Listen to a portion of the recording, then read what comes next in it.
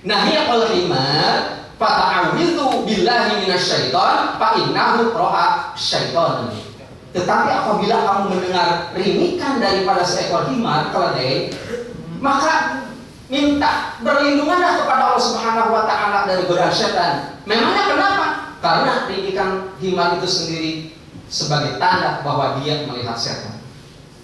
Nabi nggak pernah keliru mengucapkan begitu 1500 tahun yang lalu. Ayam jantan selalu melihat malaikat, keledai selalu melihat setan. Bagaimana kita menerjemahkan dalam kehidupan? Kalau Bapak ingin tahu, dulu nih, waktu pesawat Concorde belum dikandangkan, itu kan ada pesawat terbang supersonik itu kan, supersonik. Supersonik itu punya suara melebihi daripada suara normal. Artinya kalau suara supersoniknya itu sendiri dibunyikan, maka gendang telinga manusia bisa pecah mendengarnya. Makanya pada saat take off, berangkat, meninggalkan landasan, itu tidak menggunakan supersoniknya.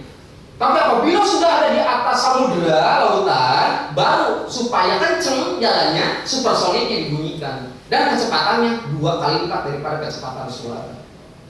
Itu suara. Sistem visual, sistem penglihatan manusia itu terbatas. Kita ada di level tengah. Ke bawahnya namanya inframerah, ke atasnya namanya ultraviolet. Ayam jantan mampu menembus sampai ultraviolet. Sementara himar keledai mampunya menembusnya ke bawah sampai ke inframerah. Mengapa himar bisa melihat setan? Karena setan yang terbuat daripada jin itu diciptakan oleh Allah Subhanahu wa taala dari bahan baku namanya api. Itu, api itu sebenarnya gitu ya. Itu inframerah sehingga bisa dilihat oleh keledai. Tetapi malaikat diciptakan oleh Allah Subhanahu wa taala dari bahan baku yang namanya nur, cahaya. Gitu. Karena nur itu adanya di ultraviolet. Makanya itu hanya bisa dilihat oleh ayam jantan. Jika ultraviolet bergabung dengan inframerah, jika nur bergabung dengan api itu akan memudar cahayanya. Kalah.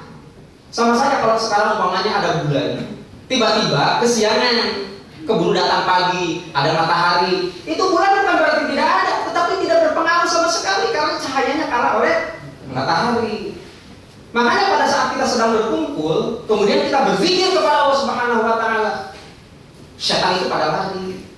Karena apa? Apabila ada orang berzikir, pasrah syayatin, setan itu menjerit. Menjeritnya setan itu terdengar oleh pimpinannya.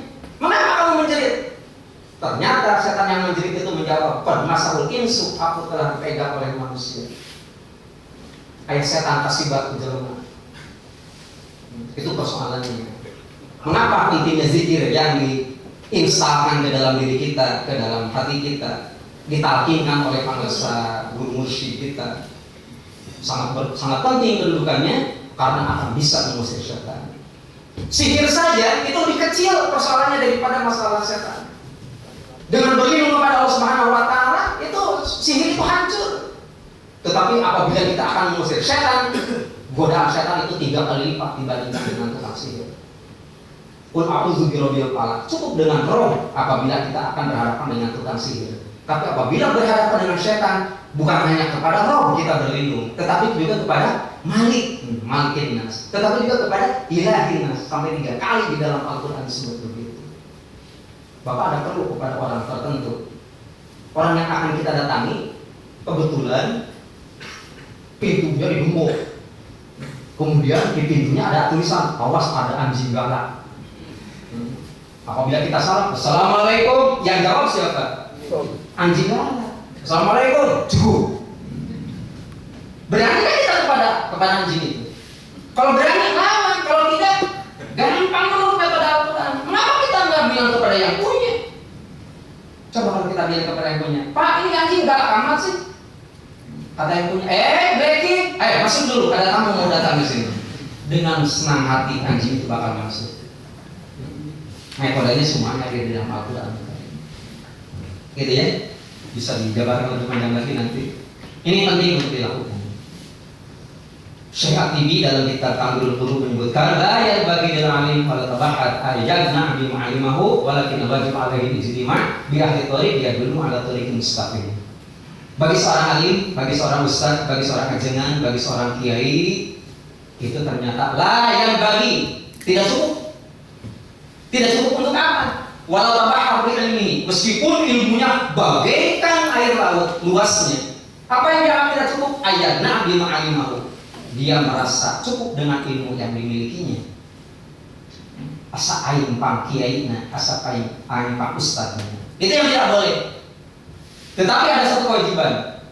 Walakinnal wajib alaihi ijtima'. Dia wajib untuk menggabungkan bi ahli thariq kepada ahli tarekat. Lihat dulu ala thariqil mustaqim agar dia bisa diluruskan, ditunjukkan kepada jalan yang benar.